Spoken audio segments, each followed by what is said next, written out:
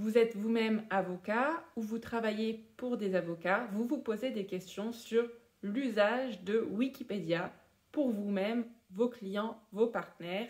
Eh bien, je fais justement le point dans cette vidéo sur tout ce qui me semble important à connaître pour les avocats et leurs collaborateurs qui souhaitent intervenir sur Wikipédia pour leur compte ou celui de leurs clients.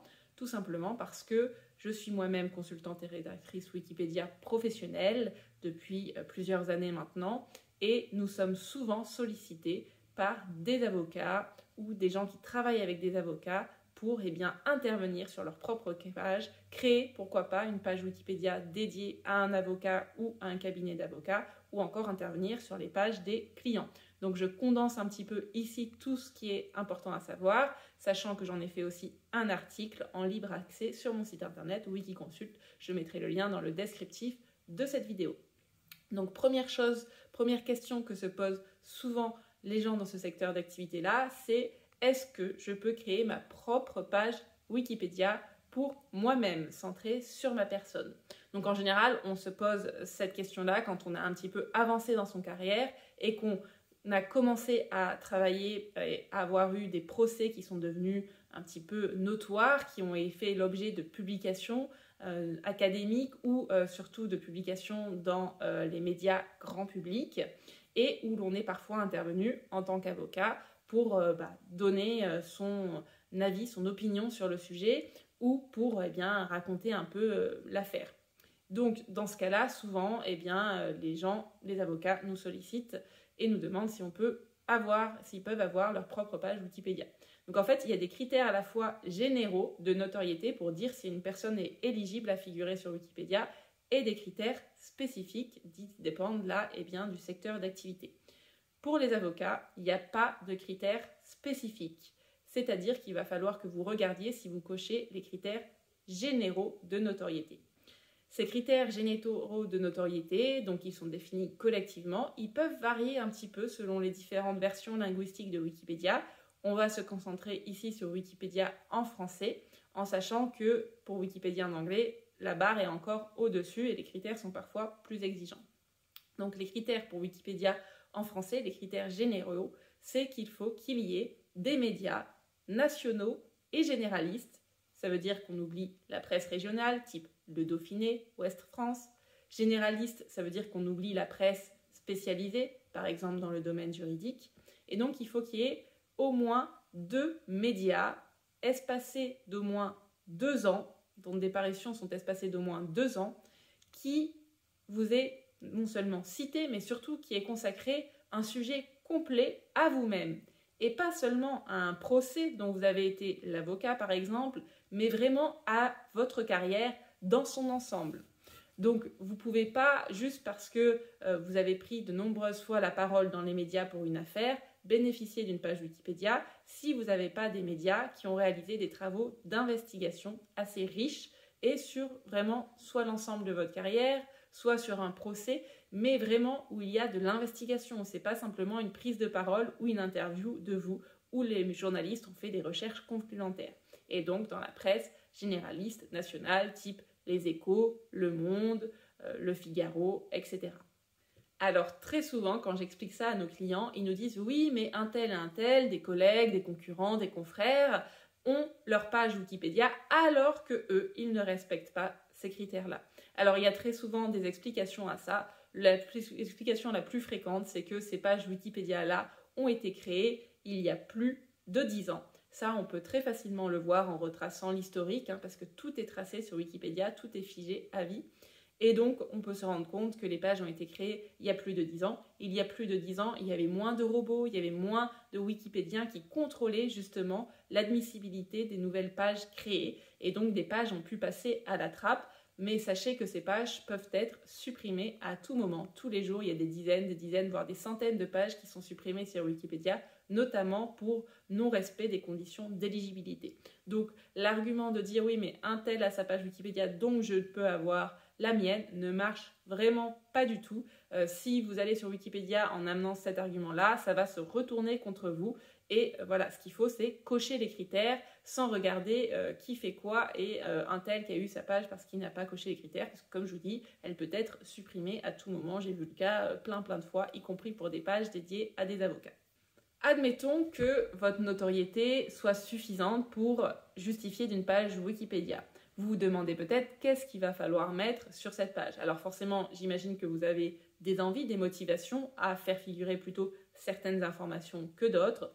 Sachez que sur Wikipédia, vraiment, l'idée, c'est de ne pas faire une page de communication ou c'est de ne pas créer le même contenu que vous feriez, par exemple, sur votre site internet. Il y a des règles assez rigoureuses à respecter, tant sur le plan du fond que de la forme. Par exemple, vous allez commencer avec quelques phrases introductives, peut-être une, peut-être deux, peut-être trois, qui résument le reste de la page. Vous allez ajouter une infobox, c'est la partie souvent sur la droite des pages où vous pouvez mettre votre photo, votre profession, éventuellement l'université par laquelle vous êtes passé, éventuellement vos distinctions, éventuellement le lien vers votre site internet professionnel.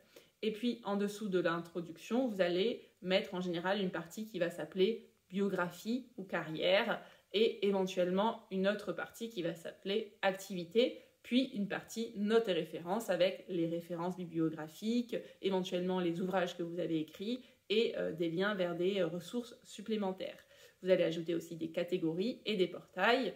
Alors, ce que je recommande aux gens, c'est de s'inspirer d'articles labellisés de qualité par Wikipédia pour construire justement le contenu de cette page. Vous avez des centaines d'articles sur Wikipédia qui ont en haut une petite étoile avec écrit « articles de qualité ». Ces articles ont été jugés par des dizaines de personnes comme de bonne qualité et donc c'est un bon moyen de construire votre page en vous inspirant de ces articles-là. Quelque chose qui est très important aussi à faire, c'est que chaque affirmation sur Wikipédia, ou presque, doit être sourcée par une source externe au sujet de la page.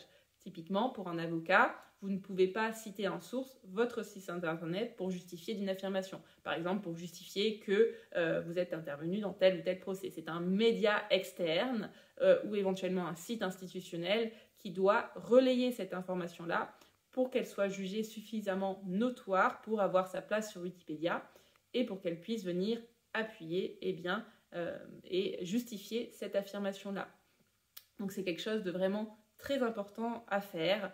On évite aussi d'utiliser en source des blogs peu connus. On essaie de s'appuyer au mieux sur des médias. Donc, par contre, pour justifier les affirmations, vous pouvez tout à fait vous appuyer sur la presse spécialisée. La presse spécialisée où les ouvrages universitaires, académiques ne servent pas à justifier la notoriété. Par contre, ils peuvent tout à fait servir de source dans l'article. Ce sont deux choses différentes, les sources qui atteignent la notoriété et les sources qui étayent les affirmations présentes dans la page. Autre question légitime de se poser, c'est est-ce qu'on peut intervenir soi-même sur la page de son cabinet, sa propre page personnelle d'avocat, ou encore la page d'un client qui nous rémunère pour l'accompagner, notamment sur sa visibilité en ligne, sa réputation en ligne. Donc oui, Wikipédia n'interdit pas d'intervenir, que ce soit pour soi-même, pour quelqu'un de notre famille ou pour un client. Mais déjà, ce n'est pas encouragé et surtout, ça doit être déclaré, ça doit être fait de manière transparente. Sachez qu'il y a des patrouilleurs, ce sont donc des personnes, mais aussi des robots, qui toute la journée sont sur Wikipédia pour repérer les gens qui interviennent sur Wikipédia sans respecter ces règles de transparence. Et de nos jours, c'est très efficace et c'est très difficile de passer derrière ces radars-là. C'est pour cela que moi, depuis 3 ans que je suis professionnelle sur Wikipédia, je le fais en déclarant systématiquement le lien d'intérêt de la manière la plus transparente possible. Et ça se passe bien, c'est pas parce que vous faites ça que vos modifications vont être systématiquement supprimées. Si vous les faites dans les règles de l'art, tout va bien se passer. Et à l'inverse, si vous ne déclarez pas le contexte de contribution, ça va se retourner contre vous. Vous pouvez avoir des bandeaux disgracieux ajoutés à la page et surtout, vous pouvez avoir aussi votre compte bloqué, votre adresse IP bloquée. Vous pouvez avoir l'URL des sites vers lesquels vous renvoyez qui sont mis sur liste noire et qui ne pourront plus jamais être bénéficier d'un lien depuis Wikipédia. Donc il y a plein de désavantages et c'est pour ça que moi je promeus le fait d'intervenir sur Wikipédia de manière transparente en respectant les règles fixées collectivement par cette encyclopédie qui existe depuis plus de 20 ans à l'international. Donc pour cela, eh bien, vous devez déclarer le lien qui vous unit au sujet de la page que vous interveniez, quel que soit ce que vous fassiez sur cette page, que vous la créez, que vous la modifiez. Pour cela, vous devez aller dans une section qui s'appelle discussion sur la page créée, donc il y a une sous-page qui n'est pas visible de l'ensemble des personnes sur Wikipédia, qui est vue par moins d'une personne sur 100, même beaucoup moins selon les stats que j'ai réalisées. Donc c'est vraiment quelque chose qui est peu visible. Ou alors ça peut être laissé sur votre page utilisateur sur Wikipédia et vous devez dire par exemple je suis le client de tel et j'interviens dans un cadre rémunéré ou je suis telle personne et je suis intervenu sur ma propre page. Je vous ai mis dans l'article vraiment les formulations types que Wikipédia recommande d'utiliser. Enfin, que faire si votre modification est supprimée ? Comme je vous le disais, il y a des personnes et des robots qui sont là sur Wikipédia toute la journée et qui peuvent supprimer, annuler toutes les nouvelles modifications. Et donc, ça peut arriver très souvent que vos modifications soient supprimées. Alors, quand c'est le cas, c'est qu'en général, vous n'avez pas respecté une ou plusieurs des règles en vigueur sur Wikipédia. Les principaux motifs de suppression que je vois dans le cadre des pages d'avocats ou de leurs clients, c'est le fait de ne pas avoir déclaré le lien d'intérêt, le fait d'avoir supprimé une information sans aucune explication justifiable. Par exemple, ça peut arriver qu'un client, un dirigeant par exemple, ait fait l'objet d'une enquête par des journalistes et remette en question certaines de ses pratiques, pourquoi pas de la violence qu'il a eue envers ses salariés, etc., ou qu'il a fait l'objet d'un jugement. Et donc, vous pouvez parfois intervenir pour essayer de supprimer cette information-là. Là, clairement, ça ne passe pas le plus souvent et vous allez devoir donc réintervenir sur la page éventuellement, mais en justifiant pourquoi vous supprimez ce passage-là. Est-ce que, par exemple, le média a retiré ce qu'il avait dit sur votre client, et dans ce cas-là, effectivement, ça peut être justifié, mais le plus souvent, vous n'allez pas pouvoir retirer ce type d'information-là, mais plutôt ajouter un complément, une nuance, un autre point de vue, à condition qu'il y ait un média qui relaie cet autre point de vue. Vous ne pouvez pas juste, vous, ajouter une information, même si elle est vraie, si elle n'a pas été citée, reprise dans un autre média. Donc vraiment, c'est quelque chose qui arrive très très souvent. Et questionnez-vous en fait sur qu'est-ce qui a pu justifier cette suppression. Et surtout, ce que vous ne devez pas faire, c'est d'essayer de remettre telle quelle la modification que vous avez essayé de faire, parce que alors là, c'est sûr et certain que ça ne va pas passer et que vous risquez de vous faire bloquer ou de bloquer les modifications sur la page.